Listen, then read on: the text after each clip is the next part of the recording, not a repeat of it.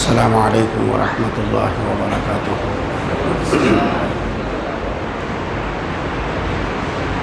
بسم اللہ الرحمن الرحیم۔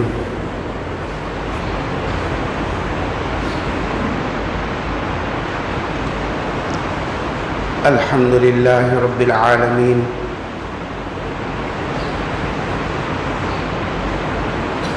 والصلاة والسلام علی سید الانبیاء والمرسلین،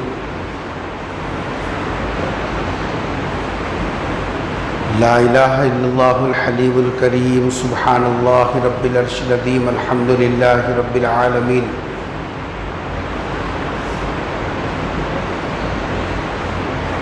قال اللہ تبارک و تعالی فی کلامہ المجید والفرقان الحمید، فاعوذ باللہ من الشیطان الرجیم، بسم اللہ الرحمن الرحیم۔ یا بنی انی اری فی المنام انی اذبحک فانظر ماذا تری، قال یا ابت افعل ما تؤمر ستجدنی ان شاء اللہ من الصابرین۔ صدق اللہ العظیم۔ سئل النبی صلی اللہ علیہ وسلم ما ازاحی یا رسول اللہ، قال النبی صلی اللہ علیہ وسلم سنت ابیکم ابراہیم او کما قال علیہ الصلاۃ والسلام۔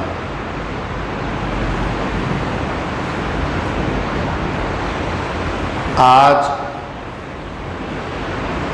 ذی الحج کی 10 تاریخ ہے اور عالم اسلام کے لیے اسلام کی دوسری بڑی عید کا دن ہے۔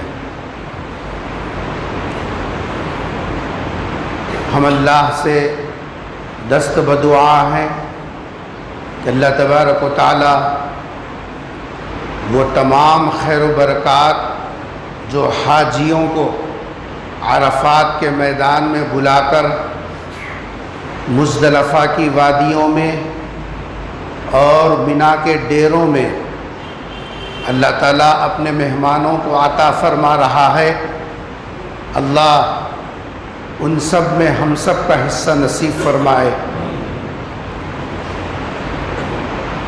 یہ جو حج اور قربانی، یہ دونوں کے دونوں دراصل حضرت ابراہیم علیہ السلام اور ان کی بیوی حضرت حاجرہ علیہ السلام اور ان کے فرزند ارجمن حضرت اسماعیل علیہ السلام، یہ خاندان کی اللہ کے ساتھ ادائیں وفاداریاں جو اسی زمین کے اوپر انہوں نے اللہ کی محبت میں پیش کی، تو وہ اللہ کو یہ ادائیں اتنی پسند آئیں، قیامت تک کے لیے اللہ نے ان اداؤں کی نقل کرنا ہم پر واجب کر دیا۔ حاجی کو اللہ تبارک و تعالیٰ اپنے گھر بلا کر کوئی لمبی چوڑی عبادتیں نہیں کرواتے۔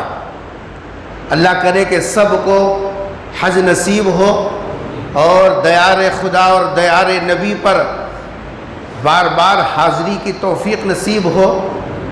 جو لوگ حج کو گئے ہیں ان کو پتہ ہے کہ حج کو بلا کر کوئی عبادت نہیں، جب آپ کونے میں بیٹھیے ایک 50 رکعت نماز پڑھیے، یہ کونے میں بیٹھیے ایک 2-3 قرآن ختم کیجئے، اور وہاں بیٹھیے اور 10,000 تسبیح پڑھیے، کوئی عبادت نہیں ہے۔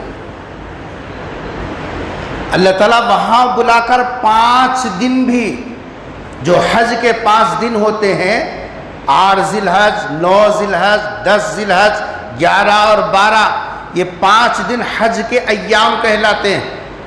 یہ 5 دنوں میں اللہ تبارک و تعالیٰ صرف وہ ادائیں جو حضرت ابراہیم اور حضرت حاجرہ اور ان کے بیٹے حضرت اسماعیل نے اللہ کی محبت میں پیش کیا، بس اس کی نقل کرواتے. حالانکہ کسی کی کاپی مارنا، کسی کی نقل کرنا، جیسا اس میں وہ روحانیت، وہ اندر کے جذبات نہیں رہتے. لیکن اللہ نے کہا کہ نقل کرنا تمہارا کام ہے، قبول کرنا میرا کام ہے. کبھی کبھی نقل کرنے والے بھی پاس ہو جاتے ہیں، دیکھتے نہیں دنیا میں، پڑھنے والا پیچھے رہ جاتا ہے لیکن نقل کرنے والا کبھی آگے نکل جاتا ہے. اللہ دلوں کی حالتوں کو جاننے والے، یعلم ما توسوس به نفسه ان اللہ علیم بذات الصدور. سینوں میں ابلنے والے وہ جذبات، وہ خیالات وہ اللہ تبارک و تعالیٰ کے سامنے بالکل اوپن ہے، لیکن اس کے باوجود اللہ تعالیٰ فرمانے نقل کرنا تمہارا کام ہے، نقل کے بغیر تمہاری عبادت نہیں ہے. آپ کا عمرہ سعی کے بغیر تکمیل نہیں پاتا، آپ کا حج قربانی کے بغیر تکمیل نہیں پاتا، آپ کا حج کنکری مارے بغیر حج نہیں ہے. صرف یہ 3 افراد پر مشتمل ایک گھرانے کی ادائیں ہیں. کیا ادائیں تھیں؟ وہ ہلکا سا منظر میں آپ کے سامنے پیش کرنا چاہتا ہوں. اللہ تبارک و تعالیٰ نے قرآن کریم کے اندر فرمایا لَقَدْ كَانَ لَكُمْ فِي إِبْرَاهِيمَ.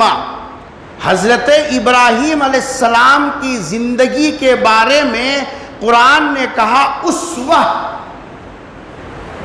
حالانکہ دنیا میں 1.25 لاکھ پیغمبر آئے، لیکن پیغمبر صلی اللہ علیہ وسلم اور حضرت ابراہیم کے علاوہ کسی کی زندگی اور کسی کی سیرت کے بارے میں قرآن نے اسوہ کا لفظ استعمال نہیں کیا.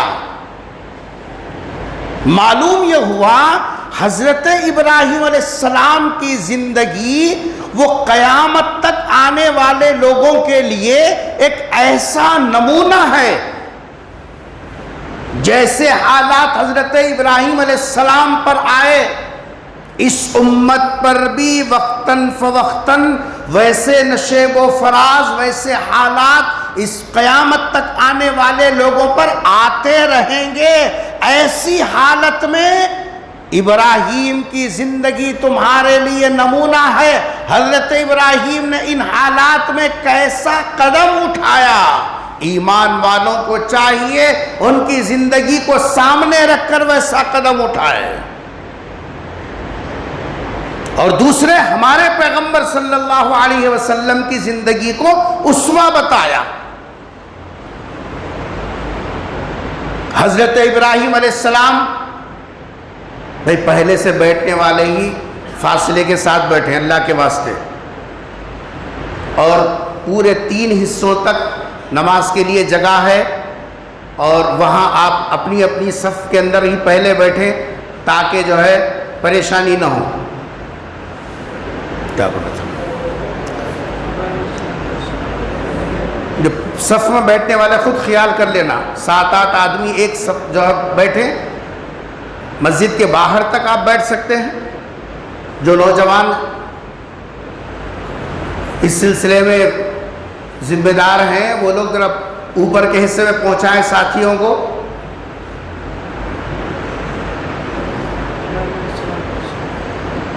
حضرت ابراہیم علیہ السلام کی زندگی کی خصوصیت کیا تھی؟ 3 خصوصیتیں اس پورے فیملی اور پورے خاندان کی ہمارے سامنے. نمبر 1، حضرت ابراہیم علیہ السلام ایسے گھر میں پیدا ہوئے جو گھر جن کے والد بتوں کو تراشتے تھے. لکڑی کا بت بنانا، پتھر کا بت بنانا. ظاہر بات ہے کہ وہ گھرانہ ہے جو آگے چل کر جس میں حبیب خدا صلی اللہ علیہ وسلم ان کی نسل میں آنے والے ہیں. لیکن گھرانہ کیسا؟ توحید سے بیزار، خدا بیزار، اپنے مالک حقیقی اور خالق حقیقی کو بھول کر لکڑیوں اور پتھروں سے نفع اور نقصان کو وابستہ کرنا، اور اکیلے نہیں بلکہ اس کو پھیلانا، یہ گھرانہ تھا. ایسے گھرانہ باپ کا کام ہی وہ تھا کہ وہ بتوں کو تراشتے.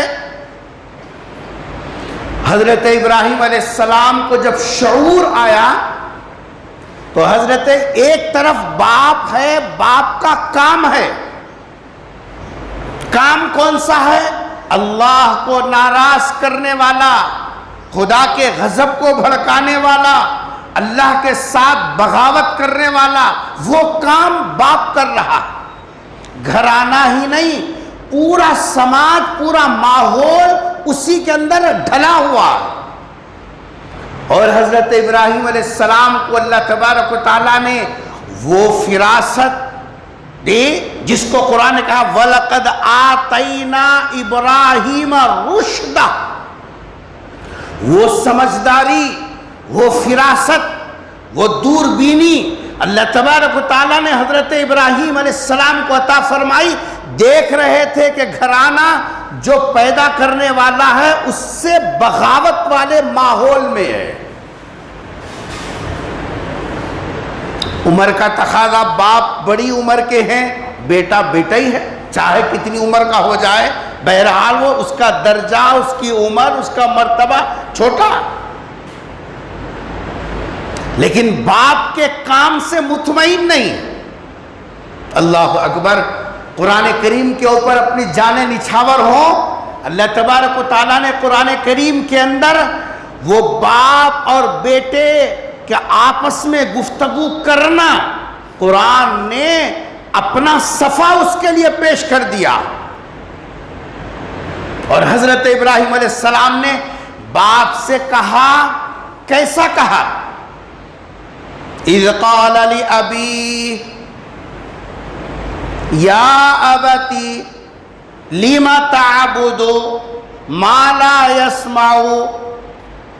انداز دیکھیے، یا ابتی، اے میرے ابا، اے میرے ابا. حالانکہ یہ خدا کی نافرمانی ہو رہی ہے، لیکن انداز ادب کے دائرے کے اندر ہے، ادب کے دائرے کے اندر ہے. بھونڈا انداز نہیں ہے باپ سے بات کرنے کا، جارحانہ طرز نہیں ہے باپ سے بات کرنے کا. کیا پیارا انداز عربی ہے. اگر اس کی جی صاحب جو ہے پھیلاؤ کو اگر آپ سمجھیں گے، یا ابتی، ہم اپنی زبان میں بولیں ابا، پپا، ابو، کتنے پیار سے، کتنی محبت سے جو انداز اختیار کیا جا سکتا ہے، عربی میں یا ابتی کے اندر وہ سب آ گیا.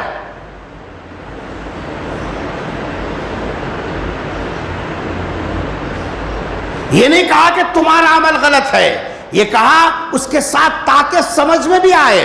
ہو سکتا ہے کہ باپ موٹے دماغ کا ہو، انگوٹھا چھاپ ہو، بات سمجھتا نہیں، لیکن ہمارا کام کیا ہے؟ حضرت ابراہیم علیہ السلام نے انداز ایسے اختیار کیا کہ بات سوچنے پر مجبور ہو جائے. ما لا يسمع لما تعبد ما لا يسمع. ابا جان، آپ ایسوں کی جیسا آپ عبادت میں لگے ہیں جو سنتے ہی نہیں. کان کا نقشہ تو بنا دیا، کان کے اندر سننے کی طاقت کہاں ہے؟ یہاں تو آنکھ بھی ہے، آنکھ میں پانی نہ ہو نظر نہیں آتا. کتنے بہرے ہیں، کان ہے، کان کا نقشہ ہے، سب کچھ ہے، قوت سماعت نہیں ہے. کیا انداز اختیار کیا؟ باپ کو نصیحت کی ادب کے دائرے میں. ادب کے دائرے میں، اگرچہ کہ باپ اللہ کی نافرمانی اور خدا کے غضب کو دعوت دینے والے کام میں ہے، لیکن حضرت ابراہیم علیہ السلام نے بتانے میں، بات کے پہنچانے میں کبھی وہ طرز اختیار نہیں کیا جو نہ باپ کو پسند ہو نہ اللہ کو پسند ہو، ایسا لہجہ اختیار کیا، قرآن کا صفحہ اس کے لیے مختص کر دیا اللہ۔ وَاذْكُرْ فِي الْكِتَابِ ابراہیم، پوری قرآن میں حضرت ابراہیم علیہ السلام کا تذکرہ 62 مرتبہ آیا ہے، 62 مرتبہ، 60 پر 2۔ کیوں؟ قیامت تک کے لیے حضرت ابراہیم علیہ السلام کی زندگی اگلی آنے والی نسلوں کے لیے نمونہ بننے والی ہے۔ پہلی چیز جو حضرت ابراہیم کی زندگی سے سمجھنے کی ہے، باپ نے کہا لَأَرْجُمَنَّكَ، پتھروں سے مار مار کے تیرا منہ بند کروں گا، آئندہ سے نہیں بولنا۔ باپ کی طرف سے سختی دیکھیے، عربی گرامر جاننے والے سمجھ سکتے ہیں، لام تاکید ہے، لَأَرْجُمَنَّ، نون مشدد، تاکید کے جتنے انداز ہو سکتے ہیں گرامر کی روح سے پورے استعمال کر لیے۔ لَأَرْجُمَنَّ، باپ کی طرف سے انداز غسیلا، سختی کا، اور بیٹے کا لہجہ یا ابتی یا ابتی یا ابتی۔ یہ ہے پہلا سبق۔ حضرت ابراہیم نے باپ کا ادب کیا، باپ کے مقام کو مقام دے کر بات کیا۔ آج ہے 4 پیسے جیب میں آ گئے، اللہ، وہ گرمی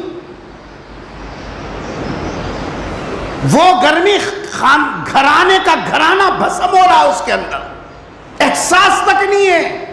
بڑوں سے بات کرنے کا انداز کیا ہے؟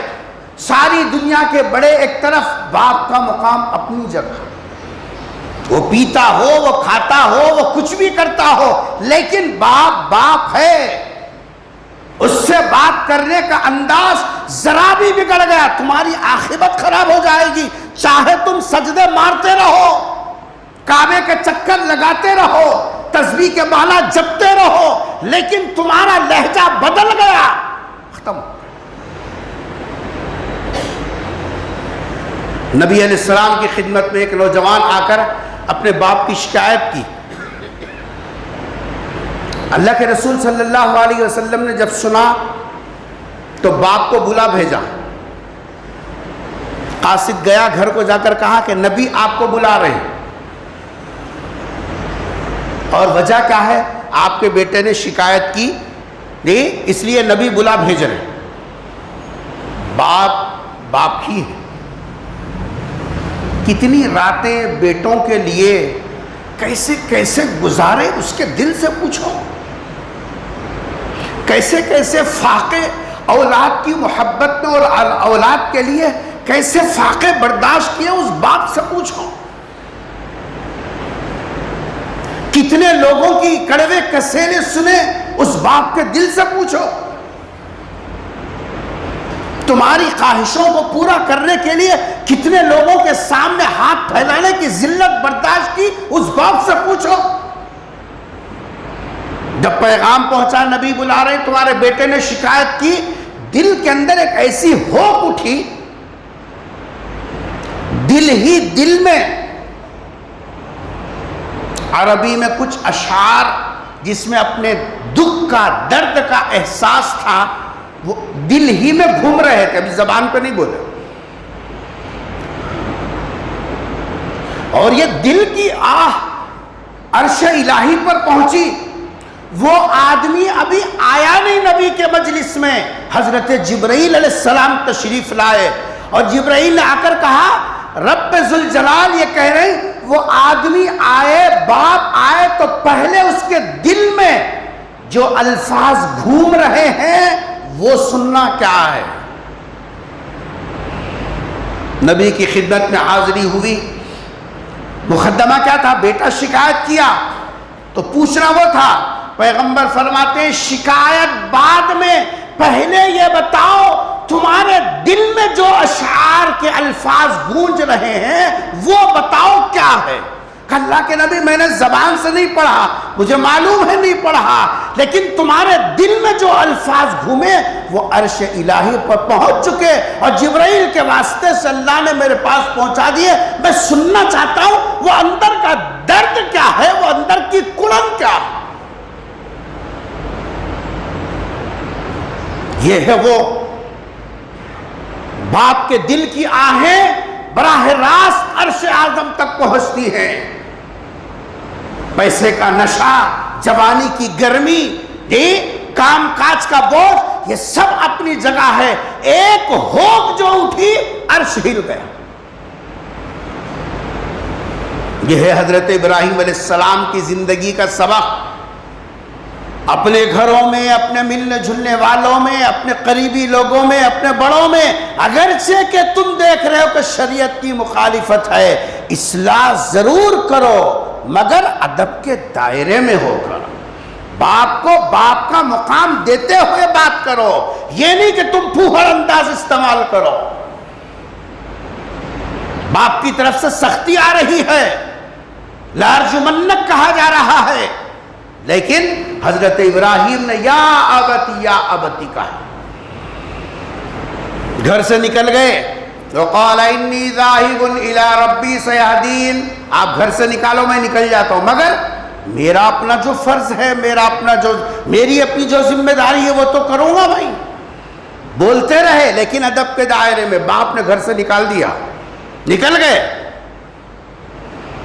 عراق سے نکلے اور یہاں کون سی عمر تھی معلوم ہے؟ عمر 80 سال ہو گئے تھے. 80 سال.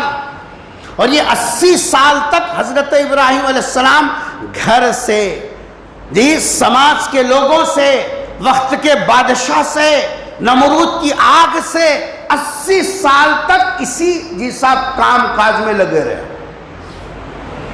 اور جب دیکھا کہ ہماری محنت رہ گئی، نتیجہ بے سود ہے، وہاں سے نکلے حضرت ابراہیم علیہ السلام. عراق سے نکلتے جیسا مصر کے راستے سے ہوتے ہوئے ملک شام جانے کا ارادہ کیا. راستے میں مصر میں بادشاہ کی نیت خراب ہوئی. حضرت ابراہیم کی جو بڑی بیوی تھی جن کا نام سارہ تھا، ان کے ساتھ دسترازی کرنی چاہیے. اللہ نے اپنی قدرت کا اظہار کیا، تینوں مرتبہ بچ گئی. اور وہ یہ دیکھ کر ایسی اس کے دل کے اندر ہیبت بیٹھی، اس نے اپنے علاقے کی شہزادی حضرت حاجرہ کو جیسا حضرت سارہ کی خدمت کے واسطے دے دیا، اور سارہ نے اپنے شوہر کے حوالے کر دیا. ارے کچھ سمجھ میں آ رہا؟ باہر کا میں کھل رہا ہے. سارہ شوہر کی خدمت میں ہے. اللہ نے سارہ کے عزت کی بھی حفاظت کی، ساتھ میں خدمت کے لیے اللہ نے کیا کیا؟ حضرت حاجرہ خادمہ بن کر آئیں. بادشاہ نے کس کو دیا یہ خدمت کے لیے؟ حاجرہ کو دیا. یہ صاحب کس کے خدمت میں؟ ابراہیم علیہ السلام کو نہیں دیا بلکہ سارہ کو دیا. میری چیز ہے میں رکھ لیتی ہوں، نہیں، حضرت سارہ نے حضرت ابراہیم کو وقف کر دیا، یہ آپ کے لیے، کیونکہ میں بھی آپ کی ہوں، جو چیز مجھے آ گیا ہے وہ سب آپ کی ہے. چنانچہ حضرت ابراہیم علیہ السلام نے آزاد کر کے ان کو نکاح میں لے لیا. عمر 80 سے زیادہ، 86 87 سال کی عمر چل رہی ہے. یہاں جانے کے بعد جب دیکھا کہ گاؤں بھی چھڑ گیا، گھر بھی چھڑ گیا، علاقہ چھڑ گیا، نہیں اب فکر ہوئی ارے بھائی کوئی میرا نہیں گھر کا چشم و چراغ بھی تو ہونا چاہیے. اب دعا کی اللہ رب ہب لی من الصالحین، اللہ اولاد بھی دے نیک ہونا. یہ بھی تو اپنے باپ کے ساتھ نیک تھے، نہیں اللہ نے ان کو بھی بیٹا عطا فرمایا. اور جب بیٹا ہوا بالکل گود کا بچہ. اللہ کی طرف سے حکم ہوا ابراہیم یہ ماں اور بیٹے دونوں کو لے جا کر وادی غیر ذی زرع کے اندر چھوڑ دو. رستہ نہیں معلوم کیونکہ یہ تو رہنے والے عراق کے ہیں، مکے کا علاقہ تو ادھر ہے، پہاڑی علاقہ، کوئی جاتا نہیں.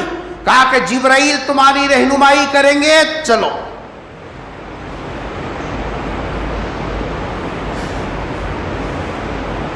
بیوی اور بچے کو لے کر جنگل میں پہنچے اور جب اشارے سے پوچھا کہ یہاں کون میرا غم گسار، کہا کہ اللہ. غور کیجئے، دو باتیں سمجھنے کی ہیں. پہلی بات، حضرت ابراہیم علیہ السلام کو جب حضرت سارہ کو بادشاہ نے ہاجرہ کو دیا تو سارہ نے اپنا سمجھ کر اپنی نہیں کہا، بلکہ ہم کو جو ملا وہ شوہر کے حوالے کر دیا. اور شوہر نے جب کہا کہ آپ کو جنگل میں رہنا ہے اور ساتھ میں تھوڑی سی کھجوری اور پانی دے دیے جو 3 دن کے اندر ختم بھی ہو گئے. کتنا تھا اندازہ لگائیے، کوئی تھیلے نہیں تھے، تھپیوں کے تھپیاں. 3 دن کے اندر جو سرمایہ ختم ہو گیا وہ کتنی مقدار میں تھا اندازہ لگائیے. پانی ختم. 3 دن کے بعد بچے کی پیاس، بے چینی، بے قراری. حضرت ہاجرہ اس وقت میں شوہر کا شکوہ نہیں کیا. اللہ میاں بولی کہتے لاکھوں یہاں ڈالی، مول صاحب بولی کہتے انہوں کر رہی. یہ نہیں ہے زبان پر، یہ کہ اللہ کا حکم ہے، شوہر نے جو کہا وہ کرنا ہی جی صاحب جو ہے یہ بیوی کی شان ہے. آج ہماری گھر کی عورتوں کو بتاؤ، شوہر کے ساتھ نبھنا، شوہر کی تابعداری کرنا حضرت ہاجرہ کی زندگی کا سب سے بڑا سبق تھا. چوں چرا نہیں کیا. آج حال یہ ہے شوہر کو منہ پکڑ کے پوچھ رہے ہیں کئی کو کر لیا، دم میں رہ تو کئی کو لا لیا، یہ گھر بھر کیسا ہونا. اور اللہ اکبر، عورت کی آواز شوہر کی آواز سے اوپر. اب تو وہ دن دیکھنے کو پڑ گئے جس میں شوہر کو ماں بہن کی گالیاں دی جا رہی ہیں. شوہر کا مقام کیا ہے؟ حضور نے فرمایا شادی کے بعد ہما جنت، جی صاحب بیوی کی جنت اور دوزخ اب شوہر کی جی صاحب رضا کے اندر ہے، باپ کی رضا میں نہیں ہے. یہ ہے وہ گر. شوہر کی طرف سے جو مل گیا اس کے اوپر قناعت کیا اور بچے کو لے کر رہ گئی. اللہ نے حضرت ہاجرہ کی بے چینی، بے قراری، 6:30 ہو رہے ہیں، جو ابھی اطلاع ملی کہ نور مصطفیٰ میں بھی 6:30 بجے جماعت ہے، تو اس لیے 5 منٹ آگے کیا جا رہا تاکہ وہاں اگر کسی کو نماز نہ ملے تو یہاں پہنچ جائے، اس لیے 5 منٹ اضافہ ہو رہا. حضرت ہاجرہ نے بچے کی بے چینی، دنیا کی کون سی عورت ہے جو بچے کی بے چینی اور بھوک کی وجہ سے بے چین و بے قرار نہ ہو؟ حضرت ہاجرہ بھی بے چین و بے قرار ہوئی. اور اسی میں وہ چکر لگے جو حاجی بڑے مزے سے جی صفا اور مروہ کے درمیان میں دوڑتے ہیں. حاجیوں کو پوچھئے طواف کے اندر جو جلال نظر آتا ہے، سعی کے اندر وہی ایسی اپنائیت نظر آتی ہے، ایسا محسوس ہوتا کہ ہم کسی کے آنچل میں پہنچ گئے. نہ تھکن کا احساس، یہ صاحب کسی چیز کا احساس نہیں، بل یہ پہاڑ سے وہ پہاڑ کی طرف دوڑ رہا ہے اور جی صاحب جب بھاگے جا رہا 7 چکر لگانا ہے، ادھر سے ادھر، ادھر سے ادھر، اور فاصلہ اتنا لمبا، لیکن صحیح کے اندر جو لطف ہے وہ لطف صحیح کرنے والا ہی محسوس کرتا. ہم نے اللہ کے گھر کی ناقدری کی، اللہ نے دروازے بند کر دیے. ورنہ کیا تھا، 50-60 ہزار روپے خرچ کرتے، اللہ کے دربار میں پہنچ جاتے، پیسے رکھ کر بھی تھپیاں جمائی، لیکن کبھی اللہ کے گھر کو جانے کی ہوٹ دل میں نہیں اٹھی، گھیٹے میں گھیٹی ڈال کے رہا. اب تڑپ حاجیوں کو دیکھ کے روتے رہا. نبی کے دربار میں پہنچ کے سلام پیش کرنے کا جو موقع تھا، نبی نے دروازے بند کر دیے. ناقدرے ہیں یہ، ناقدرے، پیسوں کی محبت دل کے اندر بھری ہوئی ہے، میرے پاس آنا نہیں چاہتا، غلامیت کے نعرے لگاتا ہے لیکن آنا نہیں چاہتا. نبی ناراض، اللہ کا دروازہ بند ہو گیا. اب دیکھ دیکھ کے ہو کرتے رہا دل کے اندر. حضرت حاجرہ کہ وہ تڑپنا، وہ بے چینی، شوہر کی اطاعت کی برکت میں اللہ نے زمزم جیسا پانی دنیا کو عطا کیا جس کے اندر ساری بیماریوں کا شفا، جس کی برکت آج تک ختم نہیں ہوئی. اللہ نے، حاجی صاحب، حشر کے میدان میں ایک نہر ہے جس کو نہر کوثر کہتے ہیں. سرکار اس حوض کوثر پر بیٹھ کر امت کو سیراب کریں گے. وہ پانی ایسا جو ایک مرتبہ پی لیا جنت میں جانے تک پھر پیاس نہیں لگے گی. وہ پانی کہاں ملے گا؟ ارے سب سو رہے ہیں کیا؟ کہاں ملے گا؟ موت کے بعد، حشر کے میدان میں، دنیا کا نظام ختم ہونے کے بعد، خدا کے پاس پہنچنے کے بعد ملے گا. لیکن اللہ نے کتنا کرم کیا. یا ایھا الانسان ما غرک بربک الکریم، کیسا کریم ہے میرا خدا. ارے وہاں تک پہنچتے پہنچتے تو خربا خرب سال لگ جائیں گے. اللہ نے اس کا بدل ایک زمزم کی شکل میں دنیا میں بھی رکھ دیا. اس سے بھی تھوڑا تھوڑا پیتے رہو، پتا چلے گا کوثر کا پانی کیا ہوگا. ایک یہاں رکھا، اس کا نام زمزم بنا دیا جی، جو حضرت اسماعیل اور حضرت حاجرہ کی برکت سے، قربانی کی برکت سے ملا. اور دوسرا اللہ نے وہاں رکھ دیا جو پیغمبر صلی اللہ علیہ وسلم کے ہاتھ سے جام دے گا. یہ ہے بیوی حضرت ابراہیم باپ کی اتباع میں رہے، اللہ نے گھر والی ایسی دی جو ان کی اتباع میں رہی. سمجھ میں آ رہی بات؟ یہ دوسری بات تھی. تیسری اور آخری بات، حضرت ابراہیم علیہ السلام کو بیٹا ہوا، نام اسماعیل رکھا. 7 سال کی عمر ہوئی، اللہ تبارک و تعالیٰ نے خواب میں حکم دیا بیٹے کے ذبح کرو. وہی آیت جو میں نے خطبے میں پڑھی، یا بنیا، یا ابتی، یا بنیا. عربی سمجھنے والے سمجھ سکتے ہیں تصغیر کا صیغہ کیا ہوتا، اس کی وسعت کیا ہوتی ہے. یا بنیا، یا ابتی، تصغیر کا صیغہ استعمال کیا. جتنی محبت ایک باپ کی، جو شفقت کے جسا پیرائے میں اپنی محبت کا اظہار باپ کر سکتا ہے اپنی اولاد کے لیے، وہ سب تصغیر کے صیغے میں آ گیا.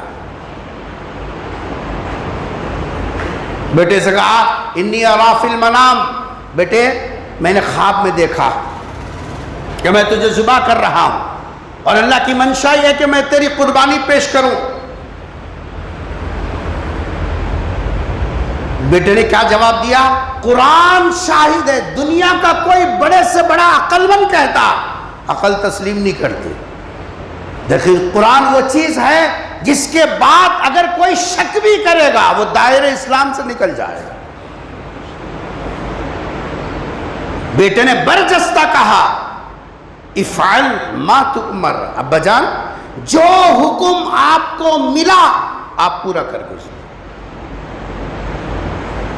میں اپنی طرف سے کسی قسم کی کوئی مزاحمت نہیں کروں گا.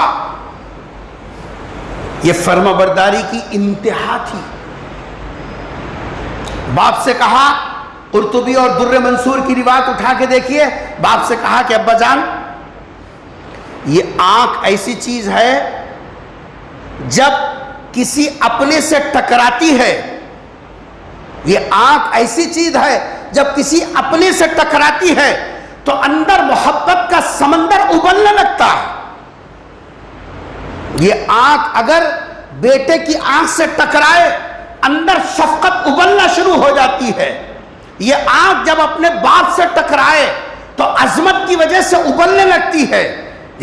اور یہی آنکھ جب بیوی سے ٹکرائے محبت کی وجہ سے ابلنے لگتی ہے، یہ آنکھ ملے گی۔ ابا سے کہا کہ آپ آنکھ پر پٹی باندھ لیجئے، میں سجدے میں چلا جاتا ہوں، میں نیچے ہو جاؤں گا، اور آپ اپنی جی صاحب آنکھ پر پٹی باندھ، تاکہ نگاہ سے نہ ٹکرائے اور شفقت کا سمندر ابلنے نہ پڑے اور وہ ہمارے درمیان میں حائل نہ ہو۔ قرآن کہتا فلما اسلما وتلہ للجبین، ہوا ہوئی، چھری چلائی بیٹے کے گردن پر، بیٹا سجدے میں، جیسا باپ کے آنکھوں پر پٹی، جب چھری چلی تو گرم گرم خون ہاتھ کو لگا،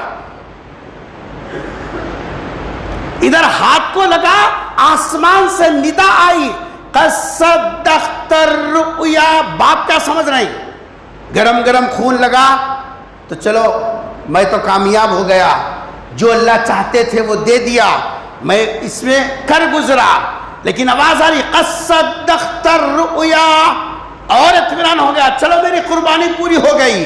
اور جب پٹی ہٹا کے دیکھا تو وہاں اسماعیل نہیں ہے، ایک دمبا کٹا پڑا ہے، اسماعیل تو کھڑے کھڑے مسکرا رہے ہیں۔ کیا بے چینی ہوئی ہوگی؟ اس نبی سے پوچھو جس نبی کو اللہ کی محبت میں یہ جیسا قربانی دینے کا حکم ملا تھا، ہائے کیا ہو گیا؟ حکم تو دیتا کہ بیٹے کو ذبح کرو، لیکن بیٹا تو کھڑا ہے۔ اللہ کی طرف سے وَنَادَيْنَاهُ، قرآن پڑھیے صاحب، اللہ اکبر، ایک ایک جملے کے اوپر آدمی وزن میں آ جائے گا۔ قوالی سن کے ناچتے ہو، قرآن سن کے وزن میں نہیں آتے۔ اللہ کے کلام میں جیسا وہ تاثیر ہے، جو ایک ایک آیت کے اندر دل کی کایا پلٹ جاتی ہے۔ وَنَادَيْنَاهُ أَن يَا إِبْرَاهِيمُ قَدْ صَدَّقْتَ الرُّؤْيَا، تو نے قاف سچ کر دکھایا۔ اگلا جملہ کیا تشریح کا وقت نہیں ہے، اِنَّا كَذَلِكَ نَجْزِي الْمُحْسِنِينَ، جو ہماری حکم کی فرما برداری کرتے ہیں ہم ان کو ایسے ہی صلہ دیتے ہیں کہ ہم بیٹے کی حفاظت کر دیے ہیں اور اس کی جگہ اس کا بدل دے دیے۔ قدم بڑھانا ہماری ذمہ داری ہے، نتائج ہمارے موافق کرنا۔ کون باپ چاہتا کہ بیٹے کے گلے پہ چھری چلے؟ لیکن اللہ کا حکم تھا۔ شیطان نے کتنی یہ سب تدبیریں کر لی، حجرہ کو پریشان کیا، ابراہیم کے راستے میں کھڑے ہو گئے، تینوں مرتبہ آڑے آ گئے، تینوں مرتبہ کنکری مار کر بھگائی، اور اسماعیل کو کہا، لیکن مجال ہے خدا کے حکم میں کوئی اونچ نیچ کرے۔ بیٹا بھی کیا فرما بردار۔ ادھر ابراہیم جب بیٹے تھے باپ کی فرما برداری اور ان کے ادب کا خیال کیا، اللہ نے ان کے پیٹ میں ایسی اولاد دی جو ان کی فرما بردار بنی۔ اگر ہم یہ چاہتے ہیں کہ ہماری اولاد ہماری فرما بردار بنے تو وہ تعویذوں سے نہیں ہوتا، دم کے پانیاں گھما لیتے رہو، اود لوبانا جی صاحب اور اگربتیاں گھماتے رہو، ناریانا پھوڑتے رہو، اس سے نہیں ہوتا۔ تم اگر اپنے باپ کے ساتھ صحیح سلوک کرو گے تمہاری اولاد اللہ تبارک و تعالیٰ فرما بردار بنائے گا۔ یہ دنیا دار المکافات ہے۔ دیکھو ایک ہے شریعت، اس کے اندر نرمی ہے، نماز نہیں پڑھے دی قضا پڑھ لی اللہ معاف کرنے والے ہیں، شریعت بولتے ہیں اس کو۔ ایک ہے فطرت، فطرت نیچر جس کو آپ بولتے ہو، فطرت کے اندر کوئی نرمی نہیں ہے، جو کیا وہ پائے گا۔ سوئی لے کے چبا لیں گا تو کیا ہوگا؟ ارے کیا ہوگا؟ فطرت کیا ہے؟ سوئی لے کے چبا درد ہوتا، چاہے نبی ہو ولی ہو کوئی بھی ہو۔ کیوں؟ فطرت ہے۔ وقت ہوا بھوک لگی کھانا کھائے گا کب ہوگا، فطرت ہے۔ فطرت میں کوئی رعایت نہیں ہے، شریعت میں رعایت ہے۔ تم باپ کے ساتھ بد اخلاقی کرو اور امید رکھو کہ بیٹے ہمارے بس بچھے جانا مرے جانا، کیسا مرے جائیں گے؟ تم یہ چاہتی ہو کہ جی صاحب تمہاری پیٹ میں آنے والی بچیاں شوہر کی فرما بردار رہے، تم شوہر کے ساتھ فرما بردار رہو، اللہ تمہاری پیٹ میں ایسی اولاد دے گا جو جی صاحب جو ہے تمہاری فرما برداری، تمہارے شوہر کی فرما برداری۔ حضرت ابراہیم علیہ السلام کی زندگی کی یہ 3 سبق ہمارے آنکھیں کھولنے کے لیے کافی ہیں۔ اللہ سے دعا ہے کہ اللہ تبارک و تعالی ہم سب کو یہ حضرات انبیاء علیہ الصلوۃ والتسلیم کی زندگی کو سامنے رکھ کر اپنے اعمال کی درست کرنے کے اللہ توفیق نصیب فرما دے۔ اے اللہ رحم کا، کرم کا، عافیت کا فیصلہ فرما دیجئے۔ اے اللہ ہم سب کے حالتوں پر رحم فرما دیجئے۔ اے اللہ آج کی تمام خیر و برکات میں ہم سب کا حصہ نصیب فرما دیجئے۔ رب اغفر وارحم وانت خیر الراحمین۔ سبحان ربک رب العزت عما یصفون وسلام علی المرسلین والحمد للہ۔ نماز کا طریقہ سن لے۔